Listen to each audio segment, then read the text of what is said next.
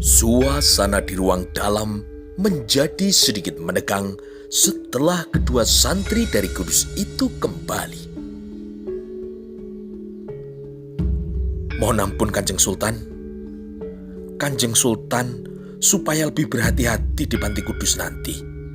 Kita tidak tahu apa yang telah dipersiapkan oleh Adipati Jipang untuk menyambut kita di sana, kata Ki Pemanahan. Iya Kakang, mungkin ada hubungannya dengan keris Kiai Setan Kober yang sampai sekarang masih aku simpan, kata Kanjeng Sultan. Apakah Kanjeng Sultan masih memerlukan keris Kiai Setan Kober itu? Tanya Ki Kepukanigoro. Tidak, Woh. Aku sudah mempunyai keris Kiai Carubuk pemberian dari Kanjeng Sunan Kalijogo, kata Sultan Hadiwijoyo. Kalau begitu Kanjeng Sultan, sebaiknya kembalikan saja keris Kiai Setan Kober itu kepada Aryo Penangsang, kata Ki Kepukanigoro. Baik, Woh. Nanti sesampainya di Kudus, aku akan segera mengembalikan keris Kiai Setan Kober ini kepada Kakang Mas Penangsang, kata Sultan Hadiwijoyo. Jangan lupa Kanjeng Sultan, setelah menyerahkan keris Kiai Setan Kober kepada Aryo Penangsang, Kanjeng Sultan harus segera mencabut keris Kiai Carubuk, karena sangat berbahaya apabila Kanjeng Sultan berdiri tanpa senjata apapun di hadapan Aryo Penangsang yang sudah membawa keris Kiai Setan Kober, kata Ki Kepukanigoro. Baik, Woh. Nanti sepulang dari Panti Kudus, aku akan singgah di Pesanggrahan Donorojo, karena Kanjeng Ratu Kalinyamat dulu pernah mengirim surat kepadaku. Kanjeng Ratu menghendaki aku untuk berkunjung ke sana. Nanti kalau sudah dekat akan kita tentukan siapa yang akan ikut ke Kudus dan ke Donorojo, kata Sultan Hadiwijoyo selanjutnya. Setelah itu, perbincangan di ruang dalam masih dilanjutkan dengan membicarakan beberapa persoalan di Kesultanan Pajang. Waktu terus berjalan.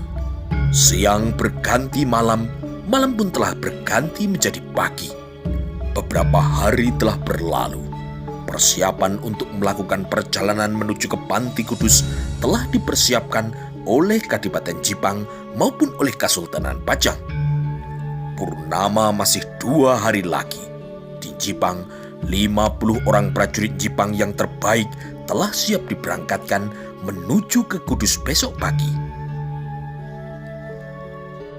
Derpati, panggil Ki Patih Mataun sewaktu melihat Anterpati berada di halaman pendopo. Ya Ki Patih, kata Anterpati, lalu ia pun mendekat ke tempat Ki Patih Mataun. Berapa orang prajurit Jipang yang akan ikut ke Kudus? Tanya Ki Patih. 50 orang prajurit pilihan Ki Patih, 29 orang yang berasal dari Gunung Lawu, ditambah lagi 21 prajurit yang mempunyai kelebihan dalam olah kanuragan, jawab Anterpati. Bagus Anterpati, kita semua akan berangkat dan kita siap bertarung melawan pengikut Sultan Hadiwijoyo. Sentiko dawuh Ki Patih, kami semua sudah siap, jawab Anterpati. Nanti yang ditinggal di Jipang hanya adik Kanjeng Adipati, yaitu Pangeran Aryo Mataram. Kita akan bermalam di hutan sebelah selatan Tanggul Angin di tepi Sungai Serang, Derpati. Baik Ki Patih, di tempat yang dulu kita juga pernah bermalam di sana sewaktu mencegat rombongan Pangeran Hadiri. Ya, besok para prajurit yang berangkat berjalan kaki akan dipimpin langsung oleh Soreng Yudo, sedangkan Soreng Rono dan Soreng Pati akan berangkat naik kuda bersama kita. Baik Ki Patih, jawab Anterpati. 50 orang prajurit Jipang yang akan berangkat kali ini adalah pasukan pilihan. Jauh lebih kuat dari pasukan yang telah berhasil membunuh Pangeran Hadiri, kata Ki Patih Mataun dalam hatinya.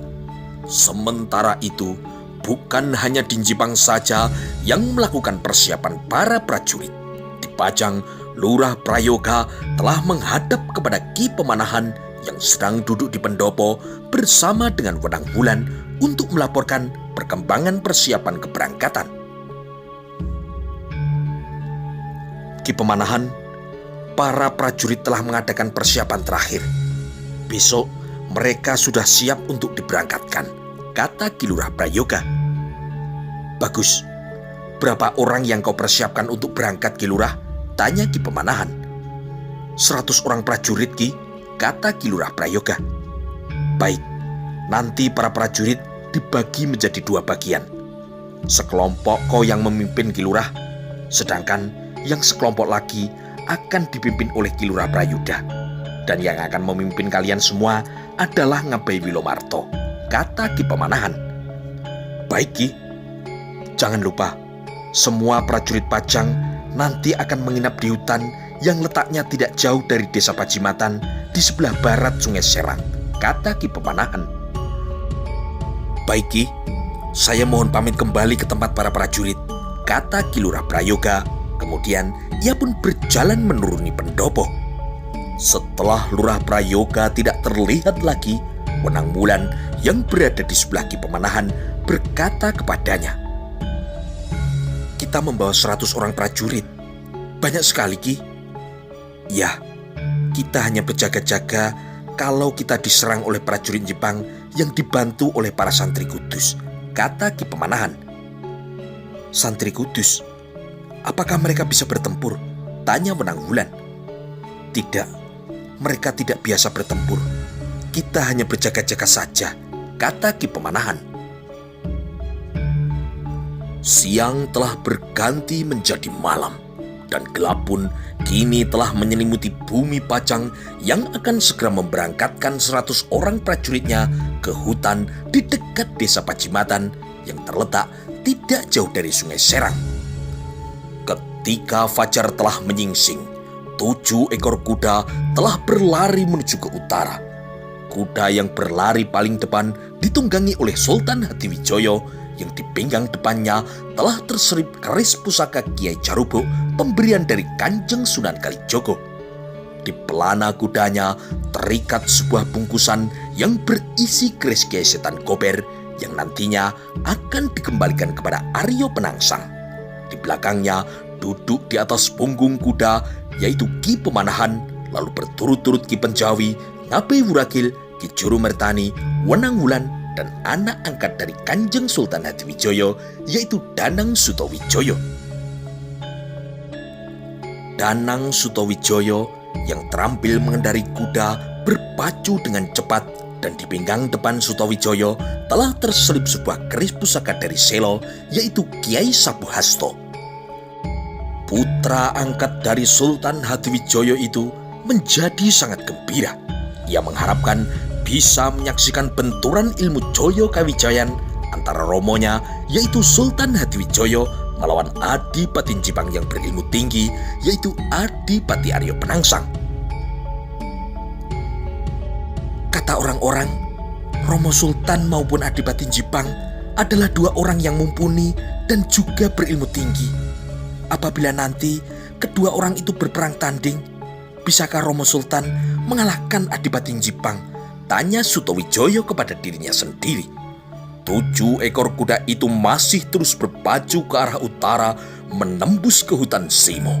Sedangkan jauh di belakang mereka 100 orang prajurit Pajang bergerak menuju ke arah yang sama, berjalan kaki menuju ke daerah Kudus. 50 orang prajurit Pajang itu dipimpin oleh Ki Lurah Prayoga.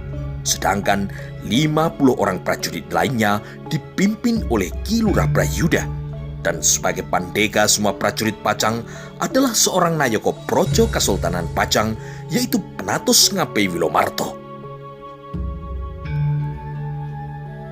Perjalanan dengan berjalan kaki dari Pajang menuju ke daerah Kudus akan memakan waktu hampir 2 hari, kata Ngabai Wilomarto. Ya, apakah kita besok pagi akan jadi menginap di desa Pajimatan, Ki? Tanya Ki Lurah Prayoga. Bukan di desa Pajimatan, Tetapi di hutan sebelah timur, tidak jauh dari desa Pajimatan, kata Ngabe Wilomarto. Baik Ki, mudah-mudahan besok pada malam bulan purnama kita sudah sampai di hutan Pajimatan, kata Ki Lurah Prayuda. Mereka berjalan terus. Setiap prajurit membawa bungkusan yang berisi bekal pakaian dan juga makanan untuk mereka. Sedangkan di setiap pinggang para prajurit telah tergantung sebuah pedang pendek. Sementara itu, peristiwa yang serupa juga telah terjadi di Kadipaten Jipang. Pada saat yang bersamaan, 5 ekor kuda rombongan dari Adipaten Jipang sedang berpacu menuju ke Kudus. Di barisan paling depan, seekor kuda hitam yang gagah, yaitu Gagak Rimang, berlari ke arah utara dengan Adipati Aryo Penangsang berada di atas punggungnya. Di belakangnya, Ki Patih Mataun yang ketangkasannya masih mengagumkan memacu kudanya dengan cepat, diikuti oleh 3 ekor kuda yang dikendarai oleh Anderpati, Sorengpati, dan Sorengrono.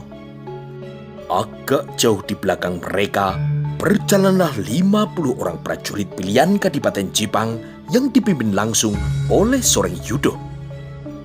Ketika Sang Bagaskoro telah memanjat semakin tinggi, dan beberapa saat kemudian sinarnya telah tepat berada di puncak langit, Gagak Rimang telah memasuki hutan yang tidak begitu lebat, jauh di sebelah utara Jipang. Di hutan itu, di dekat mata air yang airnya mengalir dengan bening, rombongan Adipati Aryo Penangsang beristirahat. Mereka makan makanan bekal yang telah mereka bawa, serta memberi kesempatan kuda-kuda mereka untuk beristirahat.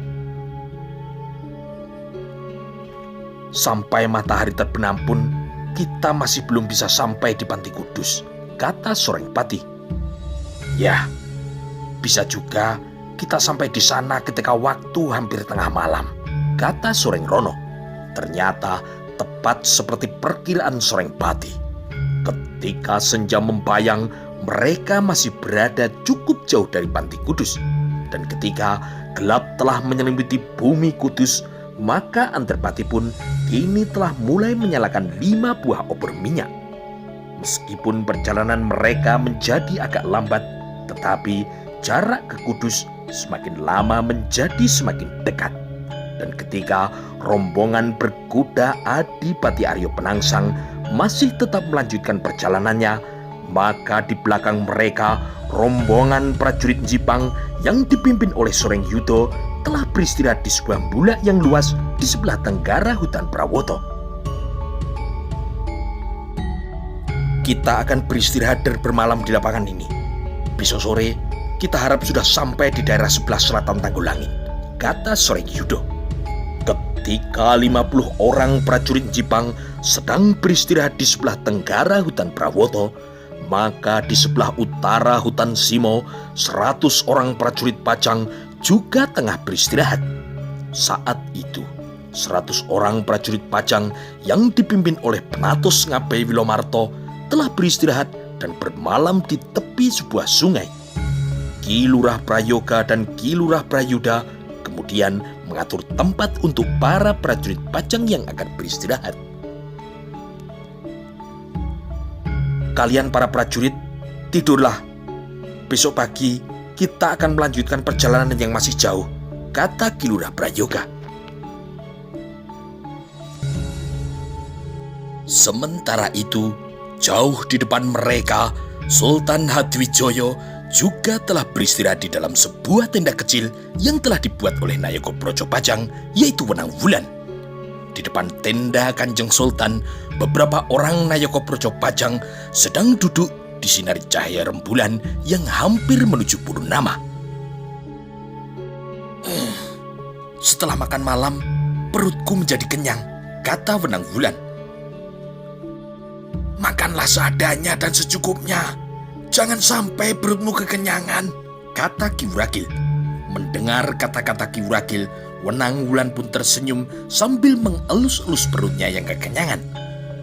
Malam yang sepi di perkemahan Sultan Hadwijoyo, yang terdengar hanya suara jangkrik yang diselingi oleh suara kepak sayap kelelawar yang sedang mencari makan di pepohonan di sekitar perkemahan.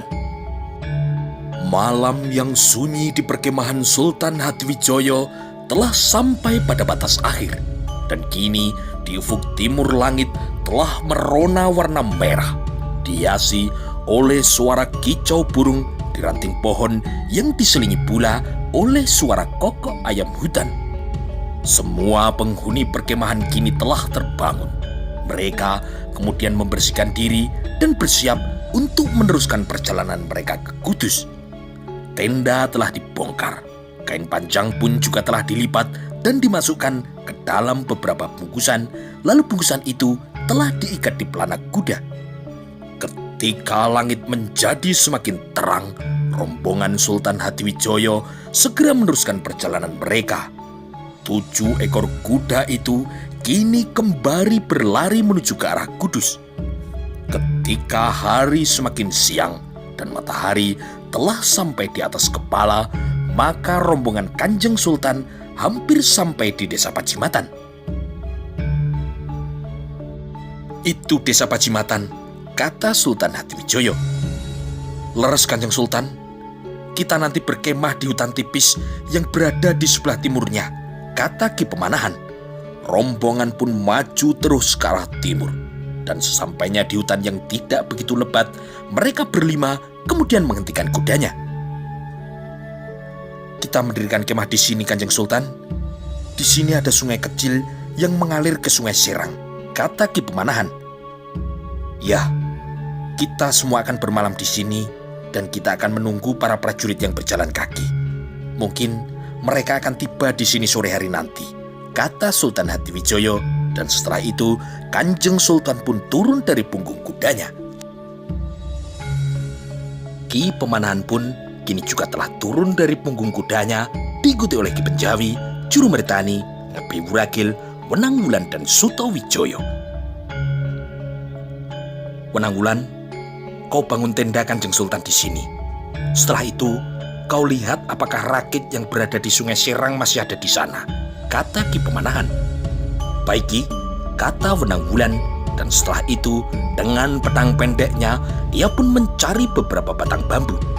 Lalu batang bambu itu diikat dan ditutup dengan kain panjang sehingga membentuk sebuah gubuk kecil.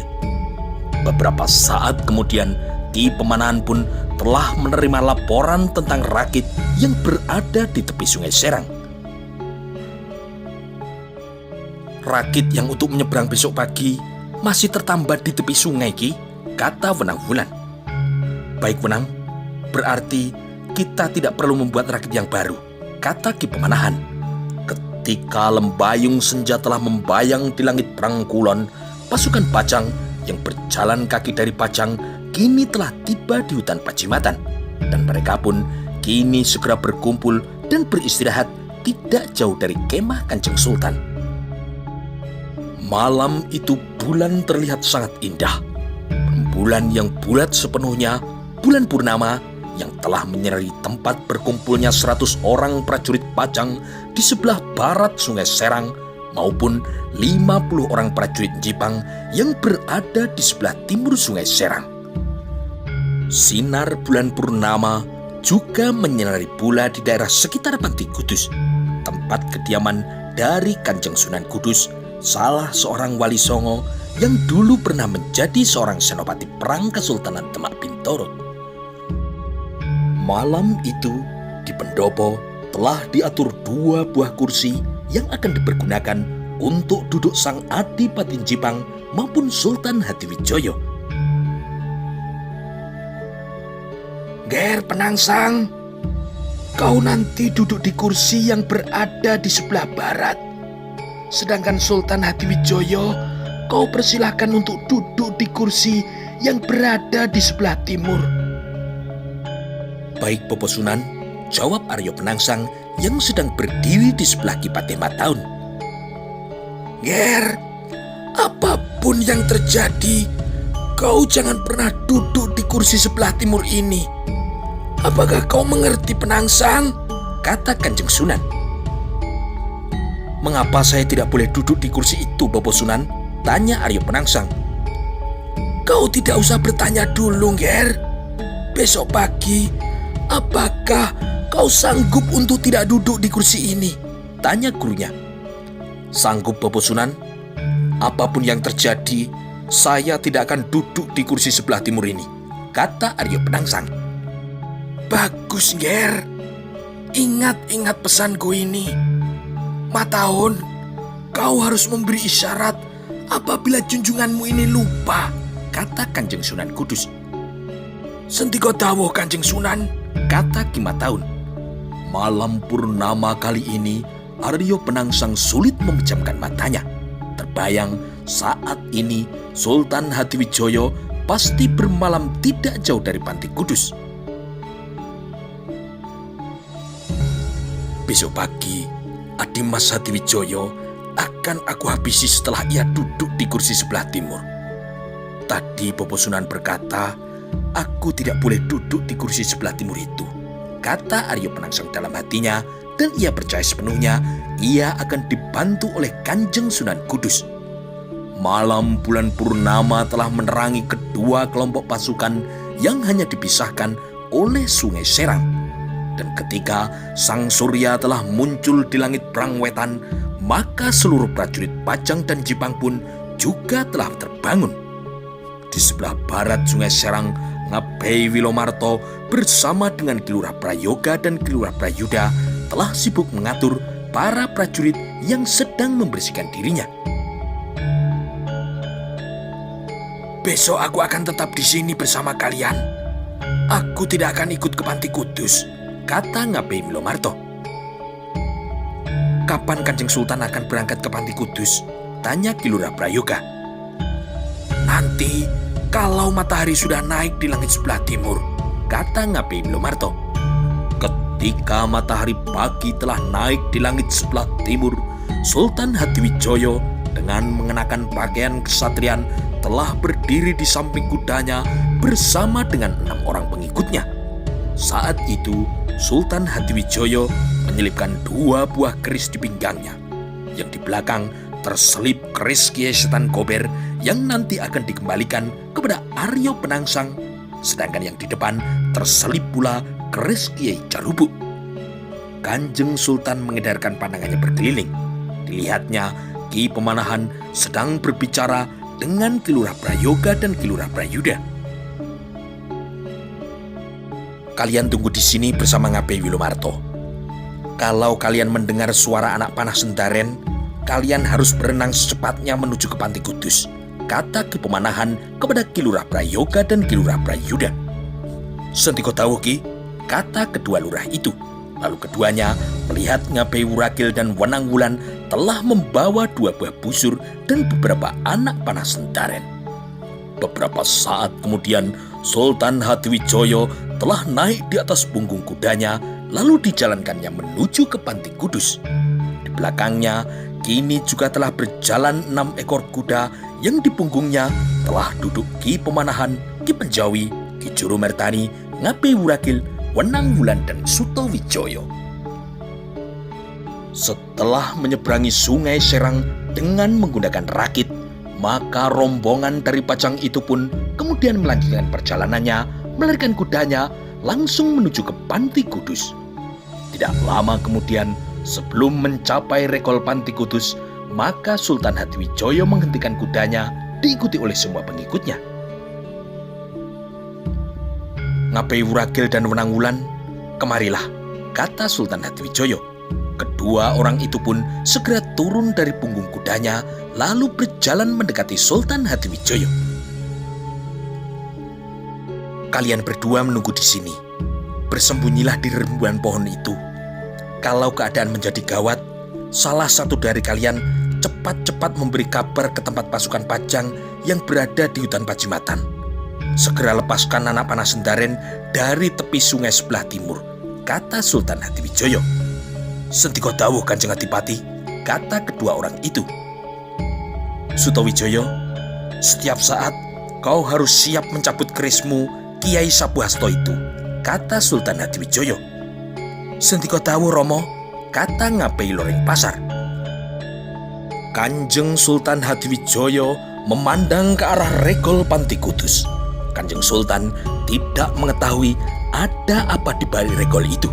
Bisa saja di sana ada Aryo Penangsang, Ki Pate Mataun, atau orang Jepang lainnya yang bisa saja tiba-tiba menyerang mereka secara mendadak. Sultan Hadiwijoyo kemudian menarik nafas panjangnya. Sesaat kemudian, Kanjeng Sultan segera mengeterapkan ajinya yang hidapi-hidapi, yaitu aji lembu sekilan. Beberapa saat kemudian, ketika aji lembu sekilan telah mancing sepenuhnya, maka Sultan Hadiwijoyo berkata kepada para pengikutnya, "Mari Kakang Pemanahan dan yang lainnya, kita masuk ke regol Panti Kudus. Ngapai Wuragil dan Kawenang Wulan, sembunyikan kuda-kuda kalian." Setelah itu, Sultan Hadiwijoyo bersama dengan Ki Pemanahan, Ki Penjawi, Ki Jurumertani, dan Danang Sutawijoyo menjalankan kudanya menuju ke regol Panti Kudus. Sedangkan Ngapai Wuragil bersama dengan Wenang Wulan segera menyembunyikan dan mengikat kudanya di balik sebuah pohon. Lalu keduanya bergeser maju ke depan sehingga tidak terlalu jauh dari regol Panti Kudus. "Kanjeng Sultan, biar hamba yang berjalan paling depan," kata Ki Pemanahan. Lalu kuda Ki Pemanahan pun dipercepat sehingga berada di depan kuda Kanjeng Sultan.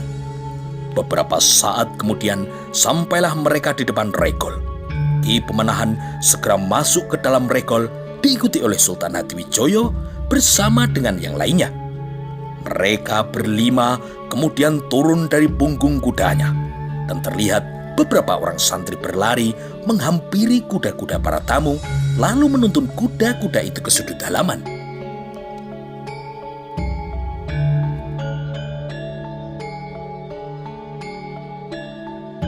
Setelah mengucap salam, Sultan Hadiwijoyo bersama dengan 4 orang pengikutnya kemudian segera naik ke pendopo. Dan ternyata di pendopo sudah ada 4 orang yang sedang duduk bersila di sudut pendopo.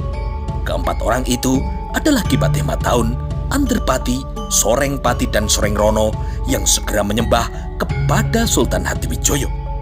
Sultan Hadiwijoyo pun kemudian menganggukkan kepalanya, lalu ia pun memerintahkan kepada para pengikutnya untuk duduk di sudut pendopo berseberangan dengan Ki Pate Mataun.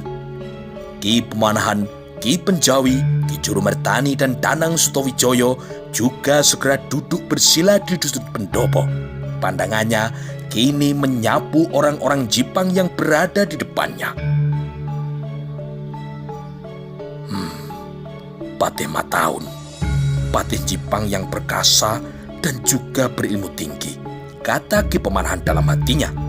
Sesaat kemudian dari ruang dalam keluar Adipati Jepang, yaitu Adipati Aryo Penangsang, yang berjalan menuju ke tempat Sultan Hadiwijoyo sambil tersenyum. Ia pun kemudian berkata kepada Kanjeng Sultan, "Selamat datang Kanjeng Sultan Pajang. Selamat datang di Kudus Adimas Hadiwijoyo." Pangraito Sultan Hadiwijoyo yang tajam telah merasa ada sesuatu yang tidak kasat mata yang telah melindungi tubuh dari Adipati Aryo Penangsang. "Ternyata Aji Tamengwojo," kata Sultan Pajang itu. Ketika Aryo Penangsang sudah mendekat, maka Sultan Hadiwijoyo pun berkata, "Terima kasih Kakang Mas Penangsang." "Sembah saya Adimas Sultan," kata Aryo Penangsang. "Terima kasih Kakang Mas Adipati," kata Sultan Hadiwijoyo. Dan saat itu Aji Lembu Sekilan pun masih mancing sepenuhnya dalam dirinya. "Kapan Adimas Sultan berangkat dari Pajang?" tanya sang Adipati. "2 hari yang lalu Kakang Mas." "Lalu tadi malam Adimas bermalam di mana?" "Saya bermalam tidak jauh dari Panti Kudus Kakang Mas," jawab sang Sultan. "Tidak baik kita berbicara sambil berdiri Adimas. Monggo, silakan duduk Adimas," kata Aryo Penangsang. "Baik Kakang Mas, terima kasih," jawab Sultan Hadiwijoyo. "Silakan Adimas Hadiwijoyo untuk duduk di kursi sebelah timur." "Saya akan duduk di kursi ini Adimas," kata Adipati Jepang. "Terima kasih Kang Mas." Saya sebagai tamu, sebaiknya saya duduk di sini saja. Monggo, silakan Kakang Mas yang duduk di kursi yang satu itu. Dimas lupa, saya di sini juga sebagai tamu, Dimas. Silakan Dimas Hadiwijoyo sebagai Sultan Pajang yang kekuasaannya sama dengan Kesultanan Demak di seluruh tanah Jawa, duduk di kursi kehormatan itu, kata Aryo Penangsang yang teringat pesan dari gurunya. Sultan Hadiwijoyo kemudian memandang ke arah Ki Pemanahan yang duduk bersila di sudut pendopo, dan ketika dilihatnya Ki Pemanahan menggelengkan kepalanya, maka Sultan Hadiwijoyo segera mengambil sebuah keputusan yang cepat. Adipati Aryo Penangsang tiba-tiba terkejut ketika melihat Sultan Pajang itu melangkah dengan cepat, dan tiba-tiba ia telah duduk di kursi yang berada di sebelah barat. Dan itu berarti kursi yang kosong hanya tinggal kursi yang berada di sebelah timur. Kursi yang dilarang oleh Kanjeng Sunan Kudus untuk diduduki oleh Aryo Penangsang. Kemarahan Aryo Penangsang kini mulai menyala ketika Sultan Pajang itu dengan tenangnya duduk di kursi yang sebetulnya telah dipersiapkan untuknya. Dimas Hadiwijoyo, kenapa Dimas sebagai tamu tidak punya suposito, tidak punya unggah-ungguh, tidak mau dipersilakan duduk di kursi itu? Apakah itu berarti Dimas Hadiwijoyo telah menantangku? Kata Aryo Penangsang dengan suara yang bergetar. Terserah apa kata Kakang Mas Penangsang, tetapi apakah Kakang Mas Adipati Jipang yang gagah perkasa itu tidak berani duduk di kursi itu? Atau kalau Kakang Mas tidak berani, Kakang Mas akan langsung pulang ke Jipang? Atau apakah Kakang Mas Penangsang akan sudi duduk di lantai pendopo ini? Kata Sultan Hadiwijoyo sambil menunjuk lantai pendopo di depan kursinya. Sultan Hadiwijoyo yang mengerti tentang watak Aryo Penangsang sedang berusaha membuat marah sang Adipati Jipang itu. Kemarahan Aryo Penangsang menjadi semakin berkobar. Dengan mata yang melotot dan suara yang keras menggelegar, tangannya kemudian menuding ke wajah Sultan Hadiwijoyo. Kau anggap apa aku pantas untuk duduk di lantai pendopo itu, Dimas Hadiwijoyo? Teriak Aryo Penangsang. Sultan Hadiwijoyo tidak menjawab. Dia berusaha keras untuk membuat kemarahan Adipati Jipang itu semakin berkobar sehingga kehilangan kewaspadaannya.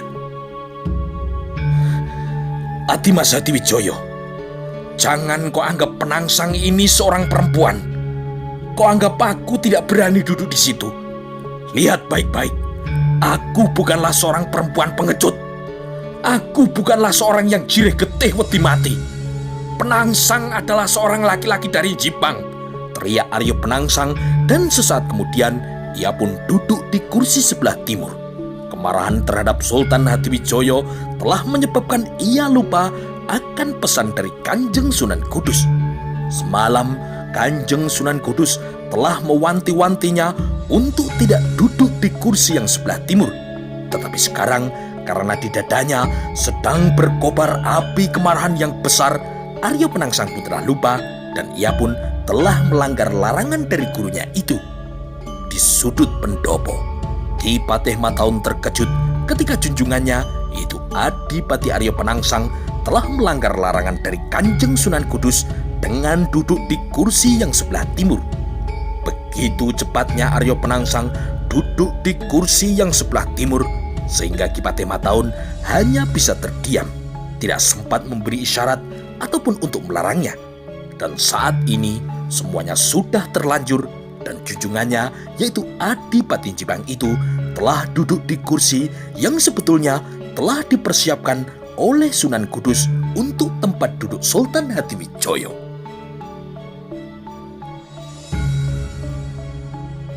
Setelah keduanya duduk di kursi, maka Sultan Hadiwijoyo kemudian mengambil keris Kiai Setan Kober yang terselip di pinggang belakangnya.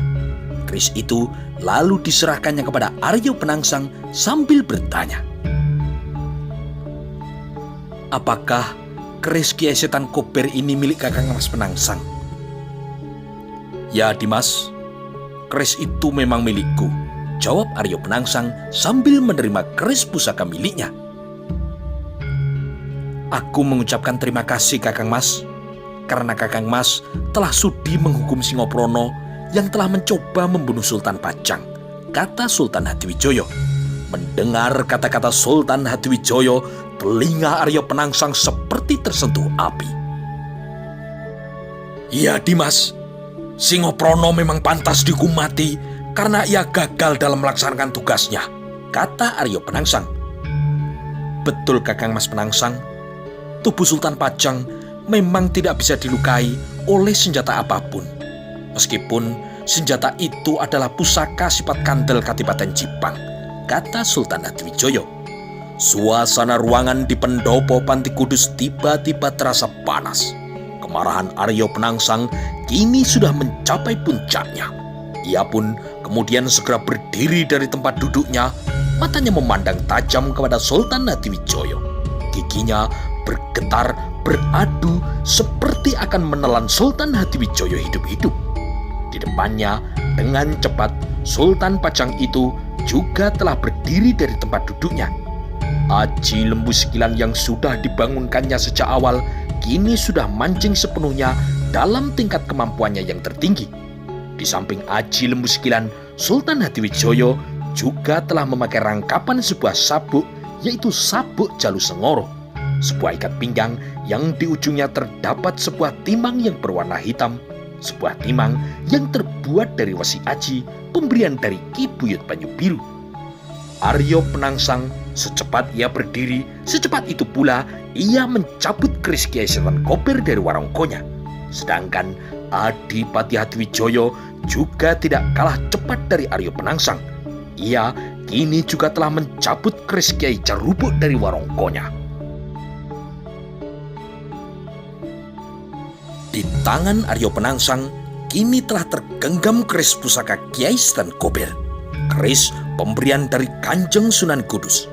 Dan sedangkan di tangan Sultan Hadiwijoyo juga telah tergenggam keris Kiai Carubuk, keris pemberian dari Kanjeng Sunan Kalijogo.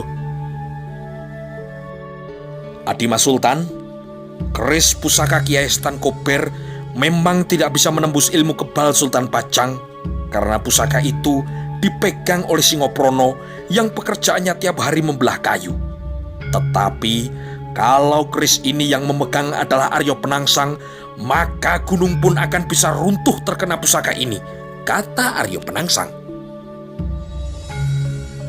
Baik Kakang Mas, tetapi menurutku masih lebih hebat keris Kiai Carubuk ini, keris pemberian dari Kanjeng Sunan Kalijogo.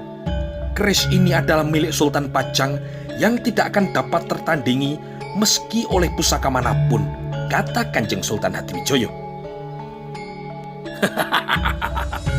Adimas Hadiwijoyo, tidak ada seorang pun yang bisa bertahan hidup walaupun kulitnya hanya tergores seujung rambut oleh kerisku ini, teriak Aryo Penangsang dengan suara yang bergetar dan mentertawakan. Kakang Mas Penangsang, Aji Tamengwojo tidak akan ada artinya kalau yang menggoresnya adalah keris Kiai Carubuk, kata Sultan Hadiwijoyo tidak kalah kerasnya. Aryo Penangsang semakin terbakar hatinya. Matanya seakan-akan mengeluarkan bara api dan nafasnya seperti mengeluarkan sebuah kidung kematian. Dengan perlahan-lahan dibangunkannya semua aji panglebur jagat yang ada pada dirinya. Aji itu kemudian dihimpun di telapak tangannya yang sedang memegang hulu keris Kiai Setan Kober. Meskipun Karebet mempunyai Aji Lembu Sekilan rangkap 7, tetapi kalau terkena keris Kiai Setan Kober yang dirangkapi dengan Aji Panglebur Jagat, pasti keris Kiai Setan Kober akan mampu menembus sampai ke punggungnya, kata Aryo Penangsang dalam hatinya. Ketika Sultan Hadiwijoyo melihat ke arah Aryo Penangsang, Kanjeng Sultan pun terkejut ketika melihat ujung bilah keris Kiai Setan Kober menjadi merah membara. Aji Panglebur Jagat, katanya dalam hati, dan dengan cepat ia pun juga membangunkan Aji Hastutahono, dan dengan segera ia memindahkan keris Kiai Carubuk itu ke tangan kirinya, dan ia pun akan berusaha untuk menyentuh dada Aryo Penangsang dengan tangan kanannya yang telah terisi Aji Hastodahono. Tangan kiri Kanjeng Sultan Hadiwijoyo yang mampu bergerak secepat dan sekuat tangan kanannya kini siap untuk membenturkan keris Kiai Carubuk dengan keris Kiai Setan Kober. Sedangkan telapak tangan sang sultan yang berisi Aji Hastodahono juga telah siap untuk menghanguskan dada Aryo Penangsang pada sentuhan yang pertama. Ketika Aji Panglebur Jagat sudah manjing dalam telapak tangan Aryo Penangsang yang sedang membawa keris Kiai Setan Kober, maka terlihatlah ujung bilah keris Kiai Setan Kober itu menjadi merah membara sehingga mengeluarkan asap tipis. Maka kini bersiaplah Aryo Penangsang untuk membenturkan ilmu dan pusakanya dengan ilmu Sultan Hadiwijoyo. Hanya ada satu pilihan, mukti atau mati, kata Aryo Penangsang dalam hatinya. Melihat Adipati Jipang yang telah siap menyerang, Ki Patih Mataun pun segera berdiri, diikuti oleh Anterbati, Soreng Pati dan Soreng Rono. Sorot mata Ki Patih Mataun menatap tajam ke arah Ki Pemanahan, Ki Penjawi, Ki Juru Mertani dan juga Danang Sutowijoyo. Ki Pemanahan ketika melihat Ki Patih Mataun berdiri, maka dengan sigap ia pun juga segera berdiri dan bersiap menghadapi segala kemungkinan.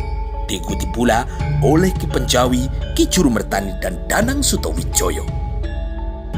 Sultan Hadiwijoyo menatap Aryo Penangsang dengan tajam. Matanya tidak pernah lepas dari ujung keris pusaka Kiai Setan Kober yang terlihat semakin merah membara. Dan ketika Aji Hastodahono telah manjing sepenuhnya di telapak tangannya, maka Sultan Hadiwijoyo pun bergeser untuk mengambil jarak, mengambil ancang-ancang untuk sebuah benturan ilmu sekaligus benturan pusaka. Sultan Hadiwijoyo percaya sepenuhnya bahwa keris Kiai Carubuk pemberian dari Kanjeng Sunan Kalijogo mampu mengimbangi kekuatan keris Kiai Setan Kober milik Adipati Aryo Penangsang, baik kekuatan yang kasat mata maupun kekuatan yang tidak kasat mata. Sultan Hadiwijoyo juga mempunyai rasa percaya diri yang besar. Dalam puncak ilmu Hastodahono, meskipun Aryo Penangsang telah dilindungi oleh Aji Tamengwojo, tetapi apabila telapak tangannya bisa menghantam dada, maka aji tangan apinya itu diharapkan mampu membakar dada dari Aryo Penangsang. Kanjeng Sultan pun juga tidak mau melakukan sebuah tindakan yang akibatnya bisa berbahaya. Sultan Hadiwijoyo tidak mau membentur keris pusaka Setan Kober yang telah dirangkapi dengan Aji Panglebur Jagat hanya dengan mengandalkan Aji Lembu Sekilan. Ketika Aryo Penangsang bersiap akan melompat menerkam Sultan Hadiwijoyo dengan keris Kiai Setan Kobernya, maka Sultan Hadiwijoyo juga telah siaga sepenuhnya. Tangan kirinya kini telah bersiap untuk menangkis serangan keris Kiai Setan Kober dengan keris Kiai Carubuknya. Sedangkan tangan kanannya yang telah terisi Aji Hastodahono juga telah siap untuk menebah dada Aryo Penangsang. Tetapi tiba-tiba sesuatu telah terjadi. Sebuah peristiwa yang tidak terduga yang telah membuat keduanya menjadi terkejut.